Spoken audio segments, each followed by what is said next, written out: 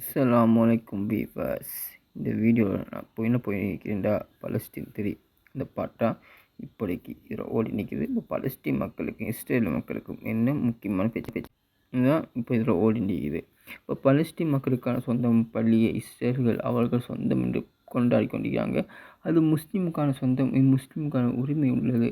இதை அல்லாஹ் முஸ்லீமுக்கு பாதுகாக்கிறதுக்காக தரப்பட்ட அந்த பள்ளியை சுற்றி அந்த ஏரியாவில் இருக்கும் பலஸ்தீன் மக்களை விரட்டி அடிக்கிறதுக்கு, காசா மக்களை அடித்து விரட்டுறதுக்குரிய ஏற்பாடுகளை செய்து கொண்டிருக்கிறார்கள் இஸ்ரேல். இன்னொரு பக்கம் பார்க்கும்போது அவங்க இந்த குடியேற்றங்களை அகற்றக்கூடிய வேலைகள் செஞ்சாலும் இப்போ தேவையான அளவுக்கு அவங்க குடியேற்றங்களை அகற்றக்கூடாது, அவங்க கட்டக்கூடாது, மேற்கொண்டு கட்டக்கூடாதுன்னு சொல்லி போராட்டங்களை பலஸ்தீன் மக்கள் முன்னிறுத்தி கொண்டு வருவார்கள்.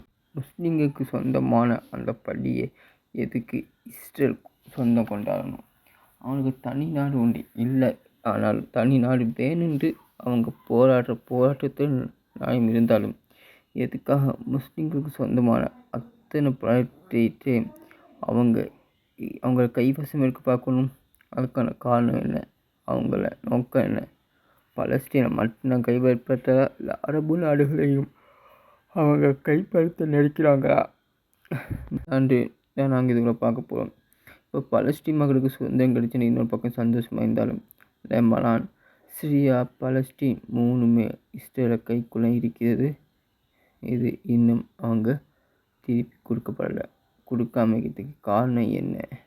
எல்லாத்தையும் நம்ம அடுத்த வீடியோவில் பார்க்கும்போது நான் உங்கள் ஃபர்ஸ்ட் லவ். அஸ்ஸலாமு அலைக்கும் வரஹ்மத்துல்லாஹி வபரகாத்துஹு.